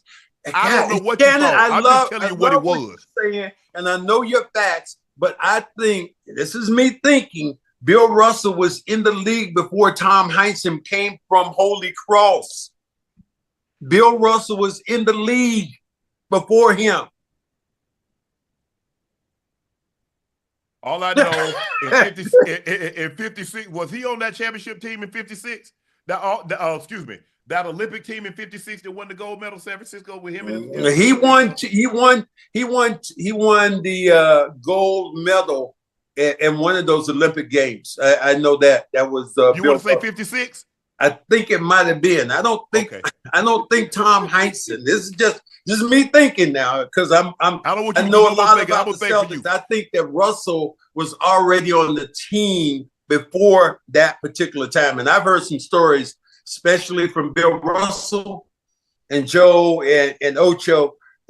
They've told me stories about the racism that went on during that time, man. That makes you as a black man, how them boys won to me was crazy because I looked at they was talking about how that's why him and Wilt Chamberlain were the best friends because they couldn't go in other restaurants and eat out. They would eat with each other. So they would go to their mama's house. And Russell, I remember Russell saying, look, Wilt Chamberlain was sleeping in my damn bed because my mom look, Wilt's coming over, we're gonna feed him, and those two guys battle.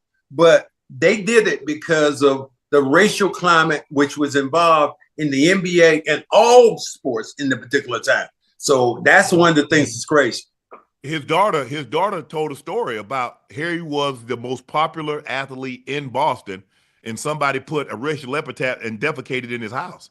Yeah. That's true. That's true. His daughter told he didn't tell the story. His daughter told the story. That they had a parade.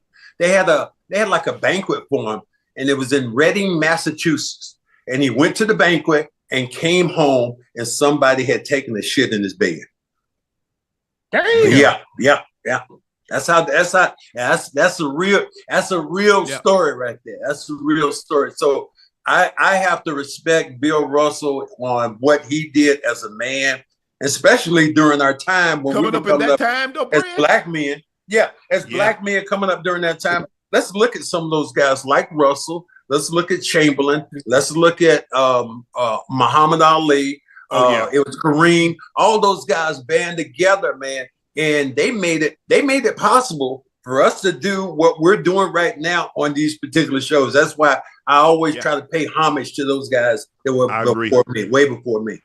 I think for me is that growing up in the South and hear my grandfather tell stories, you have to have an appreciation because when like a lot of these sayings, when you hear somebody say a barrel of laughs, you know where that term came from? When you walk down the street in the South, you couldn't laugh in public. You had to stick your head in a barrel. Wow. So a black person couldn't laugh out loud. He had to stick his head in the barrel and laugh. That's where the term a barrel of laughs came from. Wow. So to hear my grandfather and my great-grandmother was born in 1900. Oh. So to hear that story live through the Great Depression, she lived until she was 92. And to tell the story,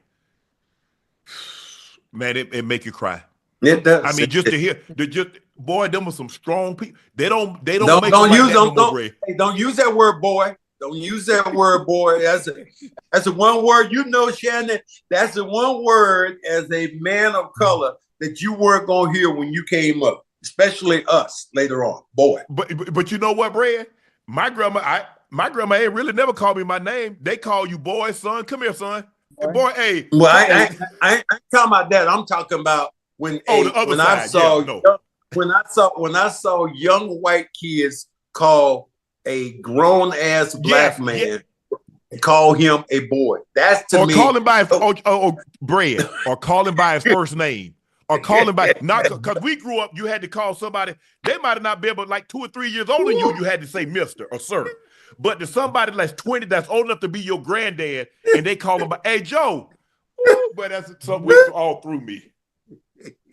Hey, it's so funny. It's so funny too, Uncle, when you think about it too, Cornbread, Joe. I mean, I'm not sure if all of us and people in the chat, I don't know if all of y'all have seen centers yet. You see what word they use the most in centers? Boy. But that was but Brad, we grew up in the South. That's the Joe, way they talk back then. And Brad, I'm a little closer. How old are you, Joe? I'm 44. Okay, so we're the same. You're the same age from me as I am from Cornbread. And I grew up in. You grew up in Alabama. I mean Arkansas. And I grew up in rural South Georgia. But that's what they said. That's how they addressed you. Yeah, that's what they talk. Yeah.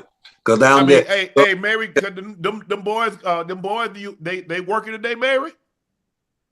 Which one of you boys can drive? Which one of you boys can do this? Tell them, boy. That was my grandmother telling me the story. I remember, and I was in South Georgia. I was in Quitman, Georgia, and my grandmother told me, she said, Mr. Ed, which they call him, Mr. Ed got a farm up there, and you boys, he said, tell them boys to come up here and get these watermelons before I cut them under. And see, I'm 70 years. I'm going to be 70. So it's a big difference in how I looked at things and viewed things, and the prism of how things are now. To me, it's like night and day when I think about black, white, and all that stuff. Mm-hmm. But I remember it just like yesterday. And that was. You know what they used to have? I don't know if y'all had them there, but we used to have those. They was like those jockeys, and they be in the people's yard. You know what I'm talking about, Brad? Come on now. Holding the lantern in the hand. Yeah. What you talking about? Well, you know what? Don't worry about Shannon. I saw one of those last year up in the mountains of North Carolina. They were selling it. They were selling that same thing. That jockey you talking about, you might think things have gone away. They ain't gone away that far. They right around the corner. They right around the damn corner. Listen, it ain't too far off. I know I'm a little younger than y'all, but I grew up in a neighborhood called Fush Dam Pike. That's in Little Rock, Arkansas, on the east side of town. We call it Fush Dam Pike because we had a dam. Like, we should go fishing now. Well, I had two of my little white homies, Ronnie and Johnny. They lived in the neighborhood. Every time I would go to their house to get them, we walked to the dam to go fishing. Their grandmother was the racist woman in the world. They would prep me before I come over there, man. You know, my grandma, she gonna be tripping. But as soon as I step on the porch, Uncle Cornbread and Ocho, she called me nigger from the jump. Like, who is this nigger on my porch? To the point, hey, listen, I swear to God, I can't make this up. Listen, to the point when I used to come over there, I stay way in the street and I holler for them to come outside. Cause as a kid, man, I was distraught. Like, nobody never called me that coming up. And this woman was relentless, bro. She was relentless. She used to go at me every time she seen me, man. I'm telling you. Yeah, so I know what y'all talking about. The Jamaican national team is looking stacked. The basketball team. Been informed that talks are underway. Raptors All-Star Scotty Barnes, Detroit Pistons center Isaiah Stuart, Spurs guards Devin Vassell to join the Jamaican growing basketball team. Twin brothers Armin and Ansur Thompson begun their passport process last week. They gonna still get the hell beat out of them. Who the hell they gonna be? Y'all, first of all, y'all not gonna beat the Americans. Y'all not gonna beat the French team. Y'all, I don't know. Y'all hope y'all get captured. Running, sprinting. Boy, y'all got some sprinters. Basketball now, bro. This ain't been to be no you know running. what? You're right from that standpoint. the next coming isn't necessarily that team, but it's the French team. It's the French team. When they got that big freak over at Wemby at 7'5" and running the way he does and changing the game again, that's the next team that I'd be afraid of, because they got some other players over there from France that can play the game at a high level. Yeah. The guy at Philly, Yabusele. He can play. They got Fortnor and they got Nicholas Batum. I mean, they got some good guys. Now it's gonna be incumbent because LeBron, Steph, and KD, they can't play forever, Brad. They can't play forever. Wait a minute, Shannon. That's your boy. Can't lose. You cannot lose on home soil. 28 is in LA. That's your boy right now. Here's what I'll ask you, Shannon and Joe and Ocho. How many more years can that man play? LeBron James. He got at least. I believe he can still average over 20 for the next 2 years. If he can average 20 for the next 2, then he can average 20 the next 3. Joe, is he putting that thing out of reach right now, scoring wise? Man, come on! Every time he touched the court, he putting it further and further away. Ain't nobody catching that bread. That man done played 22 seasons, man, at the highest level. He ain't just out there getting 8 to 10 points. That man out there balling. Yeah. So yeah, it's gonna be out of reach because you got to have longevity. Not only longevity, but you got to be him. Yeah. Because the thing is, 22 years. Luka, but do we actually think Luka gonna play 20 seasons? Hell no. That body will be broken down next week. Shannon, I hate to tell you that. That body gonna be broken down next week. Come on, Shannon. He gonna play 20 years or what? Or what? That's what I'm saying. And I know you a Laker fan and you a LeBron fan and all that stuff, but what the Lakers are waiting for right now, maybe they're waiting for the next LeBron son to come out. Maybe they're gonna draft him. What's that? Bryce is it? What's his name? The next guy coming out. Yeah, Bryce is the. Are they waiting for him? LeBron want to play with him too? Yeah. So he'd have to play. He'd have to play 24 then, because Bryce got to go to college. That'll be 23 next year, and for Bryce, that'll be 24 if he comes out. So that'll be 24. He might have to wait to play 25.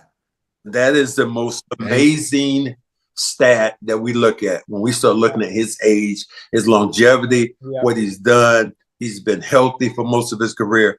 As much as, and I admire him as a player. But my God, I just would never even when I got to be 40, all that stuff he's doing right now, that should look dangerous to me. I can't do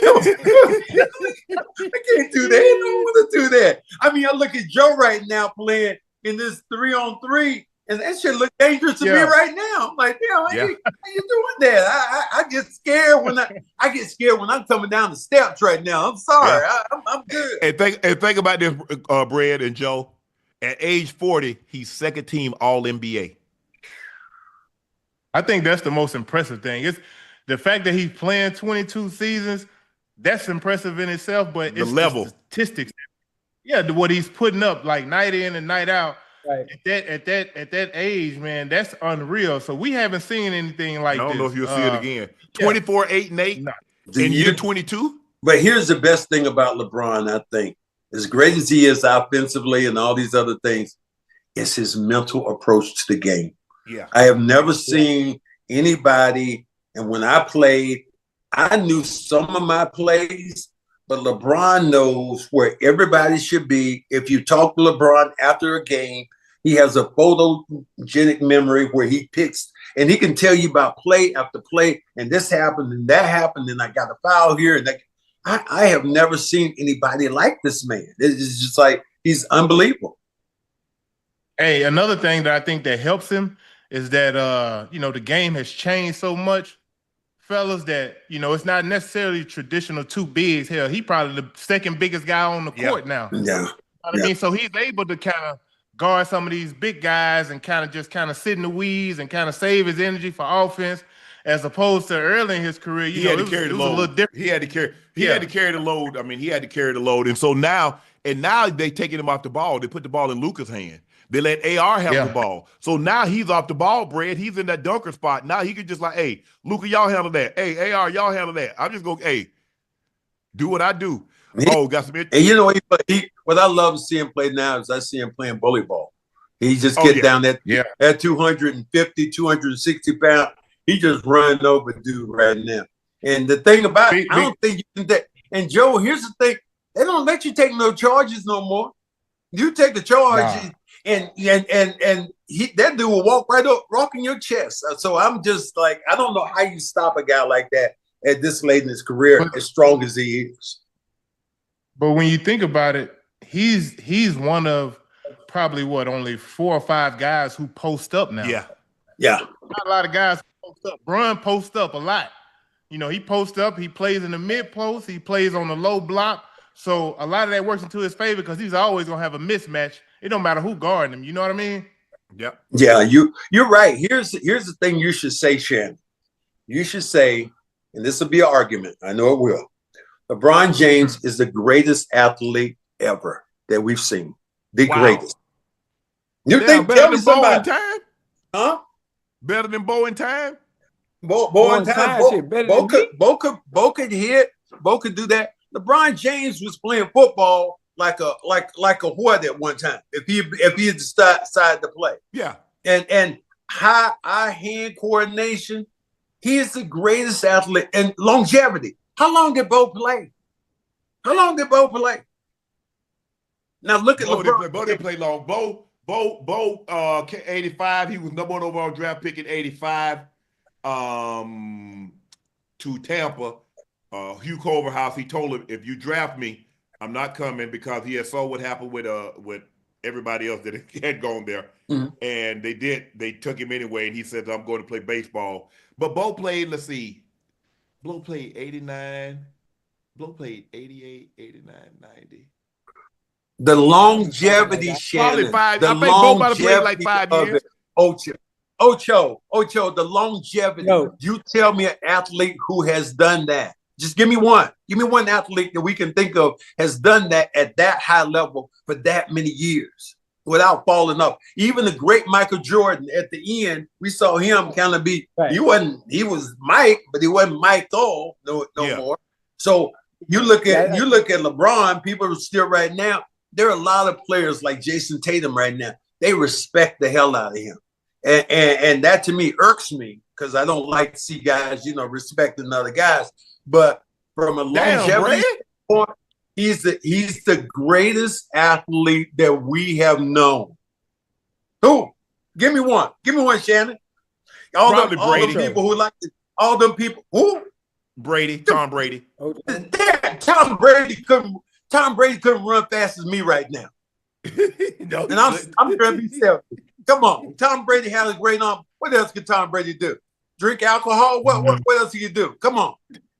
Give me a greater athlete of the longevity. Not with that longevity, no.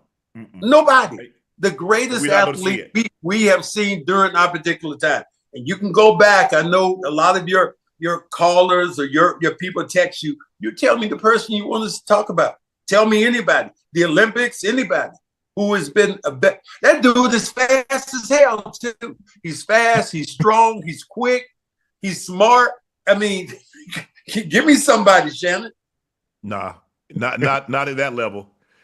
A new report, Kevin Durant camp views San Antonio Spurs as a preferred landing spot, and there's been reports of mutual interest since the trade deadline. A trade package for KD would most likely include Devin Vassell, Harrison Barnes, and the number 14 overall pick. Another report from The Athletic says the Suns have started to lower their asking price since the conclusion of the season. Houston has fielded several calls from Phoenix, who have gradually lowered their asking price for Durant. Remember, he's about to be 37. 37. And the injury history, you have to factor that in. You just do. I understand KD is great. He's been great since he set those size. I think he's a size 17 or 18 in the NBA. But he is about to be 37, and he does have an injury history. I think if you go ahead, Joe. I think if you put him like with Houston, like on a team to where he don't have to do so much dirty work. I feel like with Phoenix, he had to do a lot of dirty work, meaning defensively and offensively carried him, which was a lot. You put him with some of these young studs and some of these dudes who are, blue collar workers, to where he don't have to work as hard and he can just kind of score the basketball.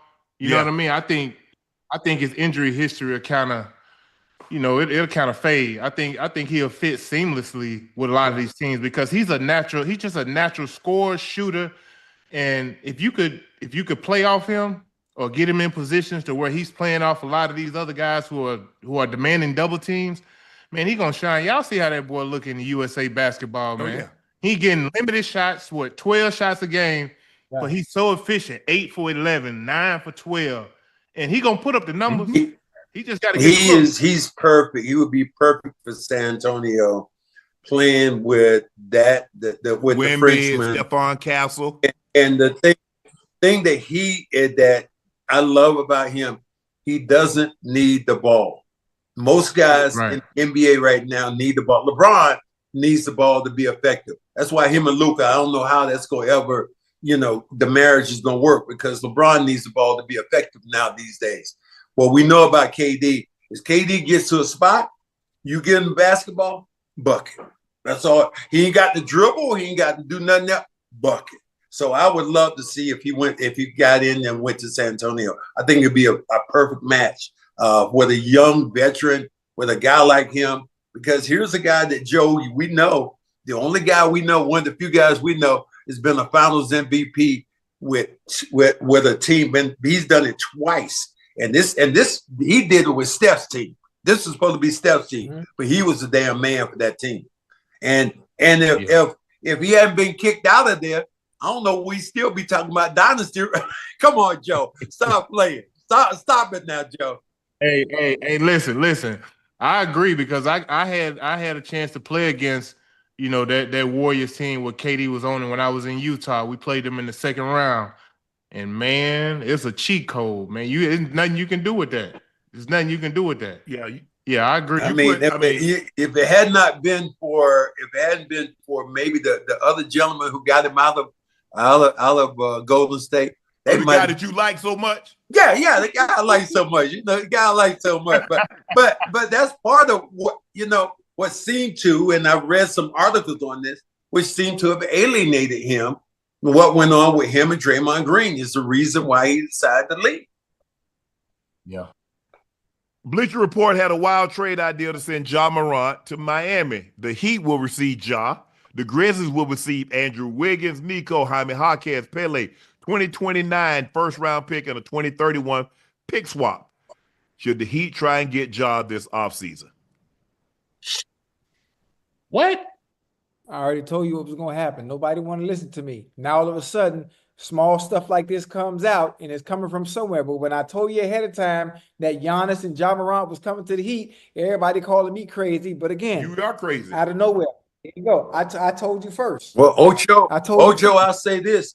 You better not have no guns down there with John Wick coming down there. I know that. Better not be no firearms down in Miami. I know that.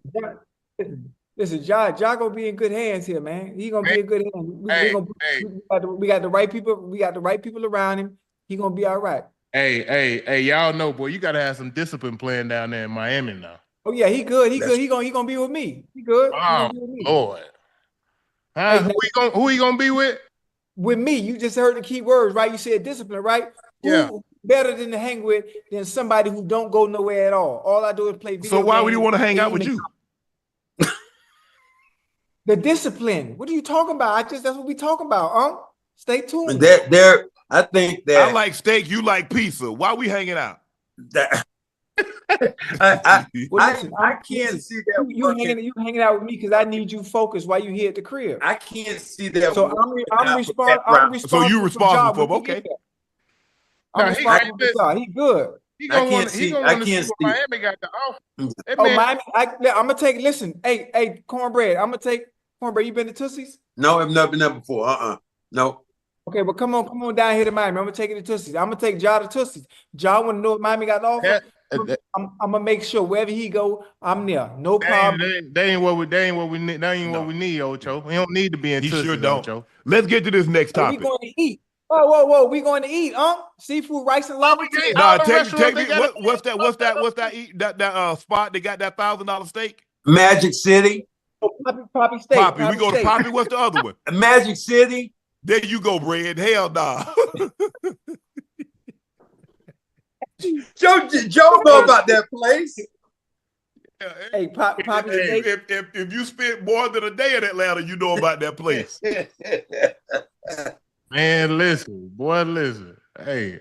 That's my guy. I got him, After signing a 2-year, $20 million extension in February, Lonzo Ball is expected to be made available in trade talks by the Bull. Ball's $10 million annual salary, which includes a team option for 26-27, is easily digestible for contending teams in need of a guard depth.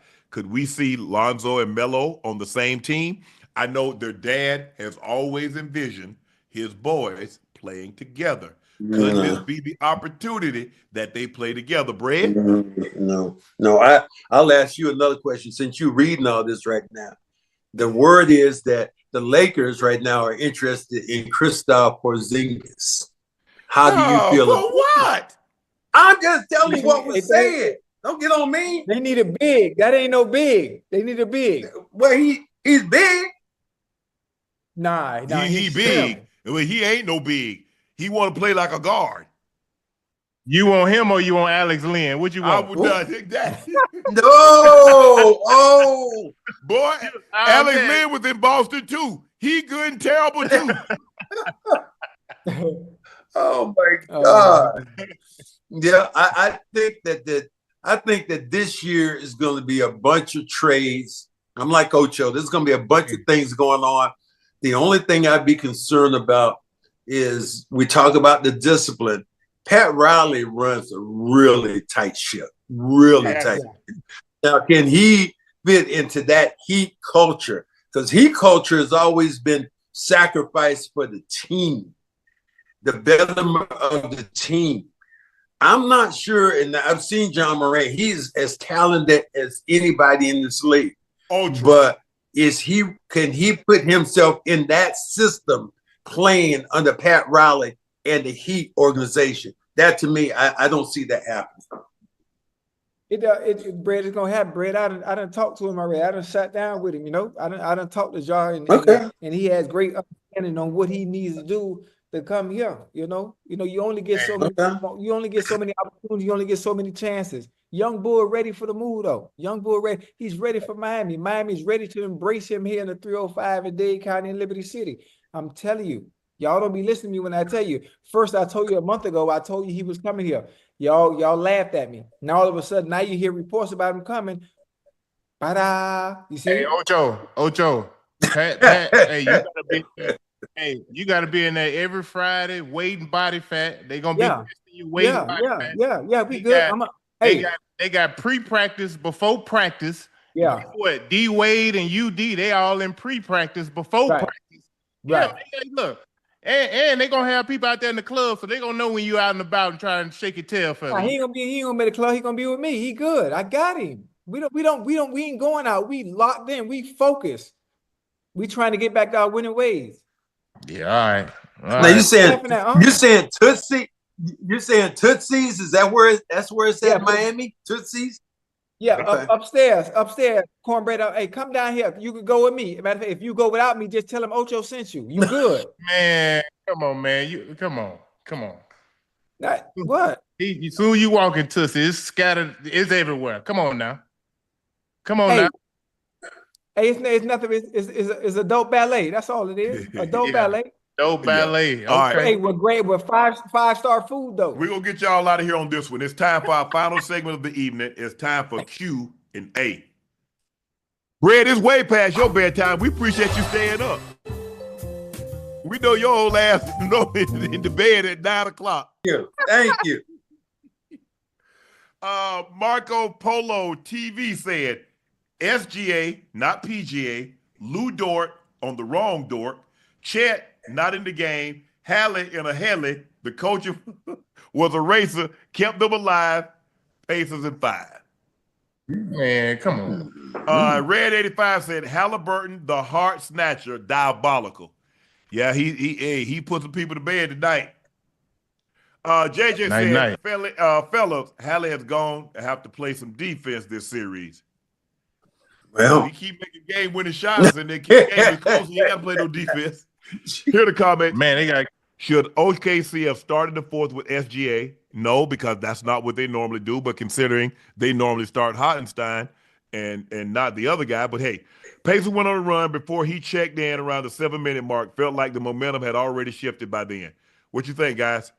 I think the momentum has shifted, and you might, a lot of times you want to bring a guy in as a closer. I think they had a window of opportunity to get that thing up to 18, 19, 20 points. And without him being in the game, they struggled with everybody else being in there. Chad Hungry was the one that disappeared in this game. Yeah. You gave me those stats, and he's supposed to be that other dude. He's in the commercial with SGA. He's in that phone commercial. But essentially, he disappeared in that game. I think, hey, I'm gonna tell y'all something. I think it may have been a little too fast for Chick out there. But here's the thing. Meaning, if he the biggest guy on the floor and he got the hedge on the screens or being a little soft catch, like they kind of got him in a hucklebuck every trip down the court, and it just wasn't a good look, man. He just seemed so frail under the goal when he did get chances to kind of score and all that. I'm like, man, you got to keep that man on at the 4. You don't play him at the 5, man. Keep that man at the 4.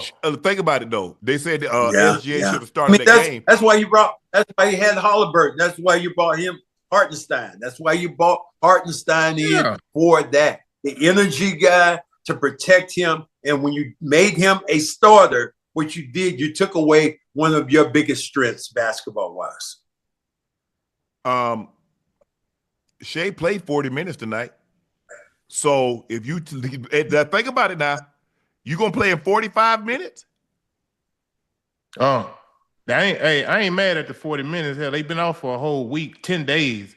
Yeah. But that's the thing, though. They're saying start him at the start of the fourth. Well, there's a lot of second guessing. I don't know because normally, your best player they normally get they play out the third. And then, he probably came out. I don't know. He might have played the entire third. I was trying to watch a whole lot of other things.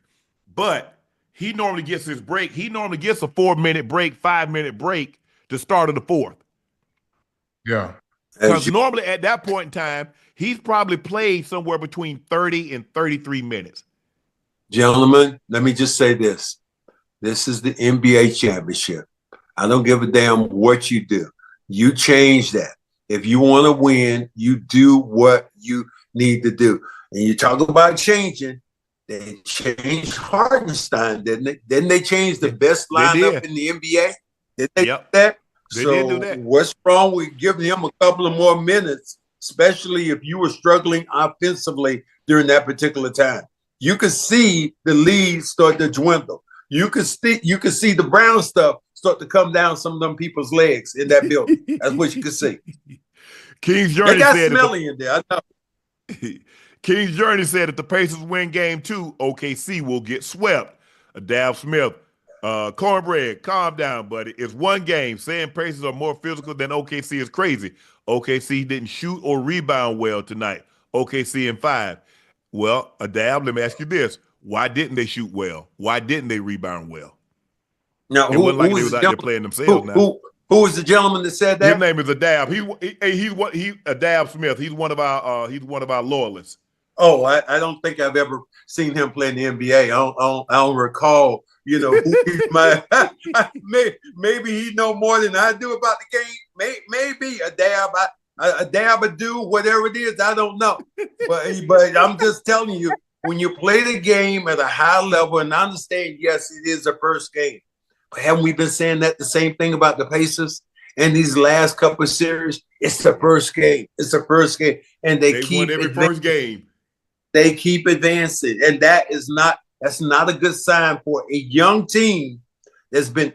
There's one thing that you do, Joe, and this is what I love. You know what it is when you go in and you fight the bully. The strongest man out there, you go punch him in the nose. And everybody else start looking around going, damn, I mean, we something Now, what the Pacers did, they punched these dudes in the nose. They're the best team in the NBA right now. They got punched in the nose. How will they respond? Dally. Ben's New Jersey said, is Hallie playoff run better than Reggie? I guess they're talking about Reggie who? Reggie Miller? Yes. Yeah. Reggie Miller. Yeah. Confidence. I don't know. Yeah. Confidence DMB You said. think They both have 5 who's playoff shots to take the lead. They both have 5 shots now to either tie the game or take the lead in the ball game for the Pacers. Both have 5. Hallie has 5, and Reggie has 5. Well, considering Halliburton's only been there for like 3 years. Yeah, but look at that. Look at the game he played. We had the game that he had all them assists and no turnovers. Reggie Miller ain't never do that. No. Reggie Miller is a great player, but Halliburton is taking this thing to another level. I could think the only guy I could think who's played like that during that particular time, that was Steph like to watch him do that. That was Steph Curry like to see him that that he's every game, not every single game, Shannon. The same guy can't beat me on. I saw a game, I saw this Hard Knocks thing that you were in and all this stuff was going on. And you can't beat me on the same damn play every time. I be damn. Somebody else don't beat me. I don't get Joe. I'm telling you right now, somebody else beat me. You ain't getting the same guy ain't getting the ball, shooting it again. That ain't gonna happen. Hey man. Confidence DMV said Halliburton is the clutchest player in playoff history. No, let's not get crazy now. Let's not get crazy. He up there. I ain't gonna say he the clutchest in playoff history, but he is definitely up there considering what he's done in all these series that they've played in. Like he has been insane down the stretch. I'm talking about like ballsy. Well, Robert Horry got a couple of big shots in playoff history that won a couple of championships. So, but what Halliburton is doing, we haven't seen it in at least 2 decades, especially in one. And I mean, this playoff run, like I said, LeBron in 2017 when he hit the one and the shot to beat Indiana, hit the 3. He hit another shot off the glass to beat Toronto, where he had like 8 40-point games. Yeah, that might have been 2018. Take that back, but he had 8 40-point games in that playoff run. And we forgot about Magic Johnson as much as I want to throw up. We forgetting about what year you talk about? You talk about the baby sky hook he hit on your but you weren't there then. You weren't there. That was I wasn't there. I was traded, but still just that I gotta give him credit. Although I hate him, I gotta give him credit. You know, you got to give that game that he played against the 76ers where he played. Oh, you talking about that 42-15-7. That was the 1980 game 6. I mean, but also was around when he was Tragic Johnson, when he drove the clock out, he did, yes. That too. So I know the man personally. Not like that. I know him personally. Hey, but you know what? People forget that game that Magic had 42, 15 and 7. Jamal Wilkes had 35. He was cooking. Yeah. People don't. He was lighting their ass up. But you can't 94. Go ahead, Brad. But you can't take away from Jordan though. How you gonna take away? Put him in you saying he's the greatest clutch? No, let's not do that. As much as I want to say that, let's not take away from Jordan. Please, that will make you sick, Shannon. I'm sorry. And here's the thing I want to make sure I say before I go to sleep tonight. I want my damn alcohol y'all said y'all was sending me. I ain't got my cake. I ain't got my whatever is supposed to be coming to me. Your producer said, damn. You wanted me to drive it up there my damn self? Well, if need be, damn, I get what you want me to do right now. What you want me to do, Shannon? Right now, this is what I'm going for right now. You'll have the alcohol next week. You got me drinking vanilla. You got me drinking vanilla extract right now. That's what you got me. You got me on vanilla extract. You either make a sweet potato pie or pound cake drinking that. Thank you very much. Yes, I am. It's out for delivery. It says it's gonna be delivered tomorrow. Okay. 94, 95. Joe, did you get yours yet, Joe? Joe, did you get yours yet? Hey, look. Look, I appreciate art because I got a little care package. I got some gear. I got some nightcap gear. So I ain't. Hey, look, I know misery loves company, but don't try to throw me in this cornbread. I ain't with you on this, man. Hear me? Hey, but if you got a problem, I want you to address these guys, man. Let them know you got a problem. Tag me in this, okay? I didn't look, Shannon. I didn't talk behind your back. I'm just telling you, Ashley, right now. Joe talking about he got some gear. I want some damn gear now. I done went from alcohol to gear. Ocho, come on now. Ocho, come on now. Whatever, hey, listen, whatever you need. We got you covered. Okay, all right. We got you covered. All right, producer. All right. HR said 94, 95, 96, it don't matter. Pacers in 6. Michael Onassis said Cornbread Maxwell, Charlotte 49er alum, great. Sheldon Pope, ISO Joe, were you in Atlanta during the BMF days? Yeah. Yeah. I get on right on out the way when I see them come in. I go. One thing about me, I ain't trying to play tough. I ain't when I see because they used to be deep. They bro. roll 30 deep. So if you went out and went to the club and you got you a section, shit, they gonna have the rest of the sections. So you might want to go and get up out of there. I go and get up out of there. I ain't trusting nothing. Kurt said, "Sup, Ocho, ISO. Did Gerald Wallace ever pay Kobe that money for those free throws when you was in Brooklyn?" I don't know if he did, but I do remember that. Kobe bet what, 500? Yeah. He said bet 500. Yeah. Did he close his eyes? No, he ain't close his eyes. He made both of them, Joe. Yeah, he made them. Hey. After Gerald took that as a little joke, but Kobe didn't really play a lot when he was on the court, man. He was always serious. You know what I mean? Like he was always trying to cut your head off. So anything to try to get in your head, bro, like he was the ultimate competitor. Kimber Norwood Jr. said, ISO Joe was my favorite Hawks player. My question is, where do you rank Coco Gauff among tennis players? You must mean current tennis players? Because if you talk about the greats, she ain't nowhere near the greats yet. Bro, she's 21. Serena, Venus, Martina, Steffi, Monica Seles. Yeah. Damn. Chris Everett. Yeah. What the hell? Yeah, she can't get in the top 10. Hell no. Can't get in the top 10 right now. I mean, hey, she's young. I mean, she got time, but like I said, if you talk about right now, okay, fine. But when you got Margaret Court and you got all these women that got 10, 15, 20 majors, Steffi Graf won the Golden Slam. She won all 4 majors and she won the Olympic gold medal in '88. Serena, come on, Venus. Monica Seles. That's the thing with Brad. You and I, we old enough to remember all them. Absolutely. I was in Houston my last year, and Martina was practicing, and I walked in, and she saw me. She said, "Cornbread, hey, how you doing?" I was like, "Damn, all right, lady, what's going on? How you feeling?" So yeah, Joe, I go back that far right now. Okay. How one feels. Ocho, walk to that 60-inch TV one time for Miami. Yeah, that's a long ass walk. He got them iPads on the wall. Colin said Rodgers is going to the Steelers, about to give Tomlin his first losing season. He going to get harder than Ocho. He going to get hit harder than Ocho did by Ray, and the season will be over. No. What you think? No. He going to the Steelers? Yeah. He's supposed to. Is he? Tomorrow. I think he's supposed to sign tomorrow. Mm-hmm. Deshaun Allen said, "Hey, Uncle Ocho, Joe, and Cornbread, I would like to give you all a shout out to my dad, Ken Smith, a happy 70th birthday. Deshaun, happy birthday. Tell your dad happy birthday. Ken Smith, happy 70th birthday. 70 times around the sun.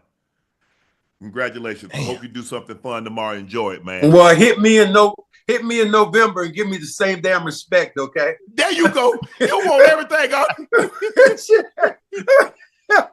Hey, what? November what, Mac? Man, what? November what? November 21st. Okay. Well, we remember that. It's close to Thanksgiving. Yeah, we be passing out turkeys then, so you be good. That concludes this episode of Nightcap.